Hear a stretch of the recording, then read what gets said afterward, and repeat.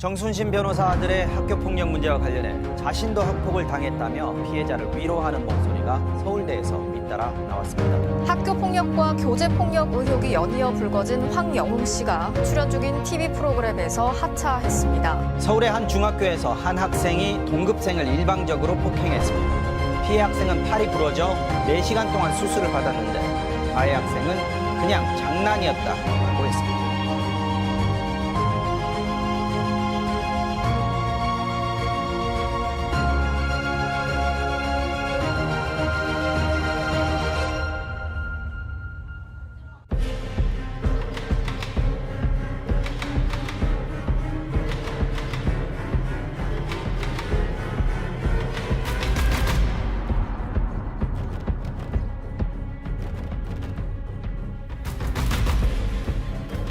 네.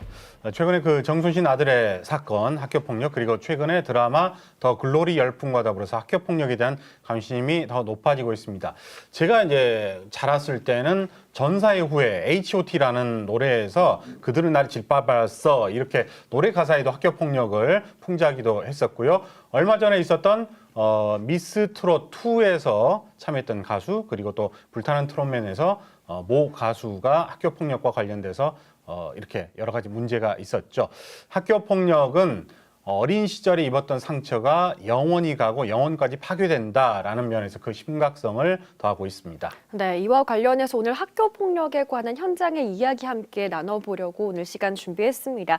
경신중학교에 재직 중이신 이호동 교사 그리고 좀 전에 민주도시 시간에 뵀던 송기석 변호사님과 함께 이야기 나눠보도록 하겠습니다. 네, 자, 이 선생님께 먼저 저희가 웰컴 티를 전달을 해드리도록 하겠습니다. 이 선생님께서는 이호동 선생님께서는 저희 그 캠페인이죠. 더불어 삽니다 캠페인에서도 보시면은 등장을 하고 저는 30여 년 전에 학교폭력 피해자입니다라고 학교폭력을 추방하기 위해서 또 예방하기 위해서 정말 힘을 많이 쓰시는 분이고요. 또 제 옆에 송기석 변호사님은 이제 정치 이야기가 아니라 법조인으로서 학교폭력을 당하게 되거나 또 어떤 그 예방을 또 그 뒤에 사후 조치가 어떻게 이루어지는지까지 자문을 이야기를 들어보도록 하겠습니다. 자, 먼저 선생님 안녕하세요. 안녕하세요. 네, 반갑습니다. 먼저 우리 이호동 선생님께 질문을 드려보도록 하겠습니다. 현재 경신중학교에서 과학교사로 재직 중이신데 실은 학교폭력 반대 운동을 굉장히 열심히 하셔가지고 그쪽으로 더 인지도가 있다고 알고 있어요. 어떤 식으로 이 학교폭력 반대 캠페인 운동을 벌이고 계시는지 그리고 최근에는 또 어떤 곳에서 어떤 이야기를 또 하셨는지 이야기해 주시죠. 네, 저는 3가지 방법으로 전국 캠페인을 하고 있습니다. 먼저 첫 번째 방법은 제가 책을 썼습니다. 네. 그 책은 학교폭력 피해 학생 그리고 그 가족들 그리고 자녀를 잃은 유가족들 그리고 여전히 트라우마로 성인이 된 지금도 힘들게 사신 분들 그분들을 위로하기 위한 책입니다. 네. 아내가 지금 사파를 그려주고 있고요. 와. 네. 좋은 출판사를 만나서 조만간에 출판될 예정입니다. 네. 저는 그 책을 들고 전국에 있는 피해 가족들, 피해 학생들을 만나러 갈 것입니다. 네. 그리고 또 다른 방법은 제가 직접 거리로 나갔습니다. 네. 나간 지역은 서울, 그리고 대전, 그리고 여수, 순천도 가셨고요. 순천, 네. 그리고 광주 많은 지역들. 그리고 올해 방학 이용해서 인천, 제주도, 그리고 대구, 울산 그 지역들을 갈 예정입니다. 네. 그리고 세 번째 방법은 SNS 상에서 피해 가족들, 피해 학생들 쪽지로 주고받으면서 또한 전화 통화로 네. 최하 1시간 정도 이렇게 소통을 하고 있습니다. 예. 제가 할 수 있는 방법은 그 해결을 하는 방법이 아닌 공감, 위로 네. 그런 방법으로 하고 있습니다. 네, 그게 어떻게 보면 이제 치유 단계까지 갈 수가 있겠군요. 예. 자, 이렇게 학교 폭력에 대해서 정말 적극적으로 힘쓰는데 이유가 있으실 것 같습니다. 말씀을 해주시죠. 네, 그렇습니다. 저는 30년 전 학교폭력 피해자였습니다. 그런 마음이 있었기 때문에 지금 현재 고통받는 사람들의 마음을 그래도 어느 정도는 알고 있습니다. 예, 어떤 식으로 학교 폭력을 당했는지 구체적으로 사례를 말씀해 주시죠. 30년 전 중학 시절에 기억나는 몇 가지가 있는데 네. 시험을 볼 때 저에게 가해 학생 2명이 쪽지를 써가지고 자기에게 넘겨라. 다시 말해서 부정행위를 하라는 것이죠. 네. 저는 절대 할 수 없었고 그러면 꼭 시험이 끝난 뒤에 어떤 보복적인 어떤 구타, 협박 그런 것들이 이루어졌습니다. 또한 매일 지속되는 매점 심부름 이러한 것들 그리고 제가 자신들의 준비물을 미술 도구나 체육복 이러한 것들을 제가 준비를 해야 됐습니다. 아, 네. 우선 힘든 얘기를 또 이렇게 꺼내주셔서 정말 감사합니다. 이렇게 살아가다 보면 또 정말 약자의 편에 서서 뭔가 부당한 상황에서 그 약자의 이야기를 들어준다는 게 사실은 생각만큼 쉽지는 않은데 너무 대단하신 것 같고요. 더 대단하다고 느껴지는 거는 우리 더 글로리에서 보면 문동은 같은 경우에는 복수를 선택하는데 또 교사의 길을 걸으시면서 그 학생들을 도와주려고 하신다는 게 더 대단하게 느껴집니다. 교사의 길을 선택하신 특별한 이유가 있을까요? 네, 있죠. 저는 살아오는 과정 중에서 누구를 도와줄 때 좀 행복을 느꼈던 사람인 것 같았어요. 네. 특히 대학 시절에 했던 봉사활동들, 그런 캠페인 활동들 할 때 제 자신을 알게 되었었고 특별히 어떤 아이들을 가르치는 경험이 있었는데 그때 큰 만족을 얻었어요. 그리고 자연스럽게 교사가 됐고 교사의 길로 들어다 보니까 저의 과거의 상처를 알기 때문에 자연스럽게 아이들에게 학교폭력 캠페인을 하게 되었습니다. 네. 네. 교사 입장으로 다시 돌아간 학교 어떻습니까? 학교 폭력이 이제 시간이 지나면서 정치도 많이 민주화가 됐듯이 학교 폭력도 좀 이렇게 감소가 되는지 아니면 여전히 다른 형태로 나타나고 있는지 말씀을 해주시죠. 과거의 학교 폭력은 물리적인 폭력, 선발에 의한 폭력 또는 언어 폭력이었습니다. 하지만 지금은 문화가 발달하고 통신이 발달했습니다. 초등학생부터 고등학교까지 대부분의 학생들이 스마트폰을 가지고 있어요. 네. 그 안에서 여러 종류의 SNS상에서 지속되는 폭력들, 네. 예를 들어 협박, 그리고 왕따, 그리고 성희롱, 네. 그리고 공포심 조장, 네. 이러한 것들에 의한 지속적인 폭력이 가해지고 있습니다. 특별히 어떤 한 초등학교 아이는 새벽 3시에 문자 DM을 통해서 네. 공격이 들어왔어요. 그래서 정말 울면서 부모님에게 자신을 구해주라 이런 어떤 방안에서의 외침이 있었죠. 네. 네네네. 자, 이렇게 학교 폭력 피해자를 발견하게 되면 어떤 조치가 이루어지는지 선생님께서 말씀을 해주시죠. 학교에서 학교 폭력이 일어나면 일단 우선적으로 피해자와 가해자의 분리 조치가 일어나게 됩니다. 네. 그리고 학교에서 조사를 하게 돼요. 네. 그래서 그걸 가지고 학교장에 보고 그리고 피해 가족과 가해 가족의 보고가 이루어집니다. 네. 그리고 그 사안을 가지고 경중을 따지게 됩니다. 좀 미비하다 싶으면 학교장 자체 종결로 될 수 있고 네. 좀 심하다 싶으면 전문가가 있는 교육지원청으로 가게 됩니다. 네. 이번엔 송계석 변호사님께 여쭤볼게요. 학폭위 활동도 직접 하셨잖아요. 네. 학폭위가 열리게 되면 절차가 또 어떻게 되나요? 과거에 제가 이른바 학교폭력 대책 자치위원회 이제 학폭위 이 시절에는 제가 이제 학폭위 위원도 했었습니다. 네. 지금은 이제 학교폭력 및 학교폭력 예방 및 대책에 관한 법률이 여러 번 개정이 돼서 현재는 일선 단위 학교에는 학교폭력 전담기구라는 게 있습니다. 좀 전에 이사님께서 말씀하신 것처럼 학교폭력 사건이 일어나면 학교폭력 전담기구에서 책임교사가 있습니다. 책임교사가 이제 가해 학생, 피해 학생 뭐 이런 거 내용 확인하고 어머니 접수하고 이제 피해 학생 부모한테 즉시 보고를 하고 그리고 기초적인 사실관계를 조사를 합니다. 그러면 이제 주위에 봤던 사람 이렇게 이제 확인도 하고 네. 그렇게 해서 만약에 이게 뭐 2주 이상의 뭐 진단서가 들어와 있지 않고 뭐 반복적이 아니고 보복적도 아니고 그리고 특히 그 피해 학생 부모가 이른바 이에 대한 처벌을 그러니까 교육지원청에서의 처벌을 원치 않는다 이런 경우는 이제 학교장이 자체 해결하는 방향으로 네. 전담기구도 회의를 해서 적절한 조치를 합니다.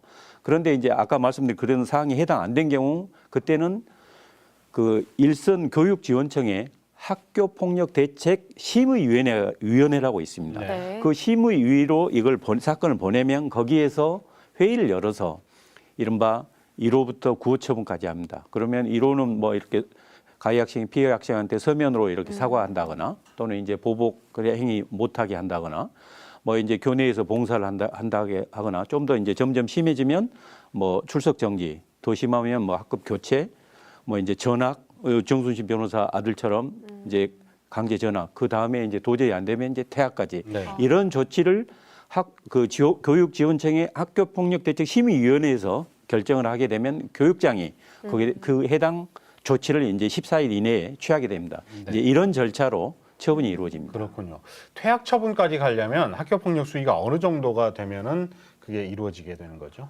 이 통상은 아무래도 이제 우리가 중학교까지는 의무 교육이기 때문에 가능하면 퇴학 처분을 못 하게 되는 거고 이제 네. 고등학교에 해당되는 경우인데 고등학생인 학생을 퇴학을 시킨다는 것은 거의 학교라는 울타리를 벗어나게 하는 거에서 굉장히 심할 때 네.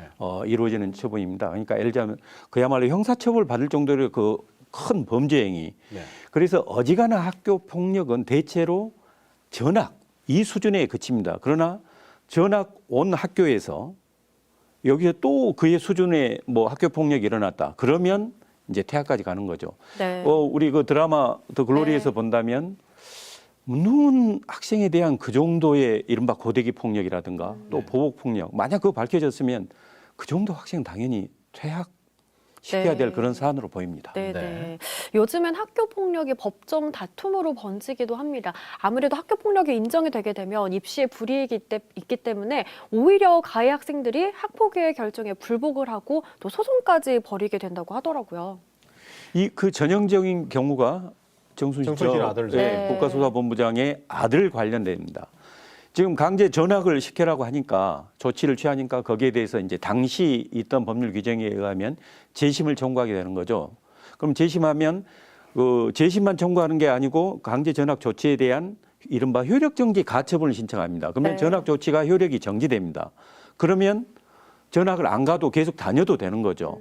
그러니까 8개월 이상 장기적으로 그런 심한 언어 폭력들을 행사해서 드디어 강제 전학 조치를 취했는데 그 강제 전학 조치의 효력을 정지시켜 버리니까 피해 학생하고 계속 이 사건 끝날 때까지 같이 보고 있어야 되는 겁니다. 그러니까 피해 학생의 이른바 2차 가해가 되고 그 피해가 더 크게 되는 거죠. 그렇죠. 그게 더욱더 지금 비난받아야 될 그 부분입니다. 바로. 그러면서 대학 입시에서 불이익을 받지 않고 그렇죠. 이제. 정말 그 법꾸라지라는 게 이런 게 아닌가 싶은데요. 그러다 보니까 가해자와 피해자가 뭐 있는 집 자식이 가해자가 되면은 양극화 현상이 더 심해지는 것 같아요. 그렇습니다. 사실 이런 학교 폭력 관련돼서 변호사를 선임할 수 있는 그런 경제적 능력을 가진 학부모가 얼마나 있겠습니다. 우리 더 글로리에서 문동은 학생도 보더라도 그런 법적 구제에 전혀 아무런 호소도 못하고 결국 네. 그렇게 큰 슬픔 자기 네. 스스로 이제 미래를 개척해 나가게 됐는데 이게 이제 학교 폭력 전담 기구 단계에서부터 다음에 학교 폭력 대책 심의 단계까지 이때 변호인이 조력해 주는 것과 조력을 받지 못하는 게 결과에 있어서 제가 보기에는 상당한 영향을 미치는 걸로 보입니다. 이래서 어떻게 보면 전문가를 선임할 수 있는 그 능력 때문에 어떻게 보면 뭐 빈익빈 부익부 뭐 이게 네. 또 더 나타나는 그런 참 안타까운 현상이기도 합니다. 네. 제가 만약 학부모라고 생각을 해보면 나의 자식이 가해자든 피해자든 너무 당혹스러울 것 같거든요. 선생님께 이번에 여쭤보고 싶은데 네. 학부모님들 대응도 정말 중요할 것 같거든요. 네, 보통은 맞습니다. 반응이 어떠신지 또 어떻게 해야 적절한 대처법일지도 말씀을 해주시면 좋을 것 같아요. 네. 일단 연락을 받게 되면 피해 부모님 그리고 가해 부모님 모두 놀랍니다. 네. 그리고 충격을 받으시죠. 두 분의 상황에 따른 대처법이 있습니다. 일단 피해 학부모님은 일단 자녀를 안심시키는 것, 네. 그리고 자녀의 마음을 어루만져 주는 것, 이것이 우선시 돼야 될 것입니다. 물론 다른 마음이 생길 수 있어요. 네. 바로 분노, 가해 학생에 대한, 그리고 그렇죠. 보복 심리, 이러한 것들보다 우선시 돼야 될 것은 자신의 자녀를 다독이고 안심시켜 주는 것. 그리고 가해 부모님은 당연히 해야 될 부분이 자녀와 함께 피해 학생, 피해 가족에게 용서를 구하는 것, 네. 그리고 사과를 하는 것, 그리고 재산상의 피해나 또 심리적, 정신적 피해가 있다면 그에 따른 보상을 하는 것, 네. 이러한 것들이 우선시 돼야 될 것입니다.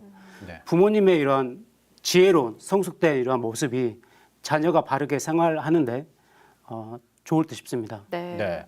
오늘 혹시라도 저희 그 본방을 보자 실시간으로 방송을 못 보신 분들 저희가 이제 다시 보기도 있으니까 주변에 필요하신 분들에게 꼭 전달도 이 방송분을 많이 해주시면 도움이 될 것 같습니다. 자, 이 학교 폭력을 예방하기 위해서 담임을 맡은 반에서 하는 캠페인도 있다고 들었습니다. 저는 좀 생소하거든요. 설명을 해주시죠.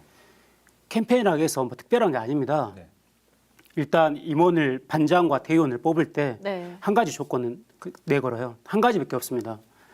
학교 폭력을 저에게 신고해 줄 사람 이거 한 가지면 됩니다. 또한 반에서 급훈 학교 폭력 아웃입니다. 네. 그리고 반 한쪽 칠판에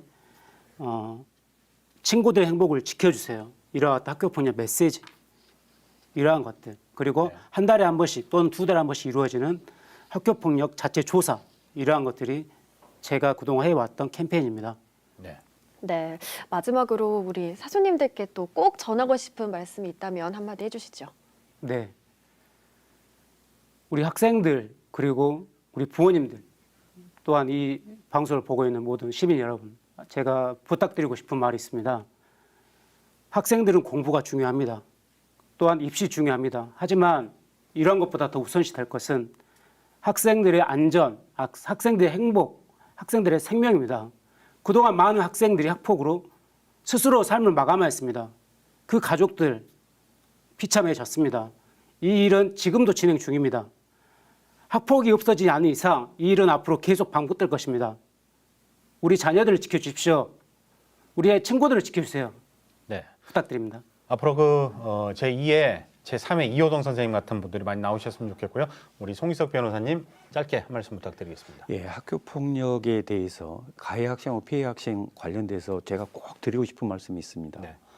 피해 학생 부모님은 피가 거꾸로 솟는 그런 기분입니다. 네. 그런데 가해 학생 부모가 생각할 때는 학교 다니면서 뭐 그런 일 있을 수 있지 이렇게 친구끼리 그럴 수 있지. 예. 이건 정말 피해자 내지 피해 학생 부모의 마음을 절대 모르는 겁니다.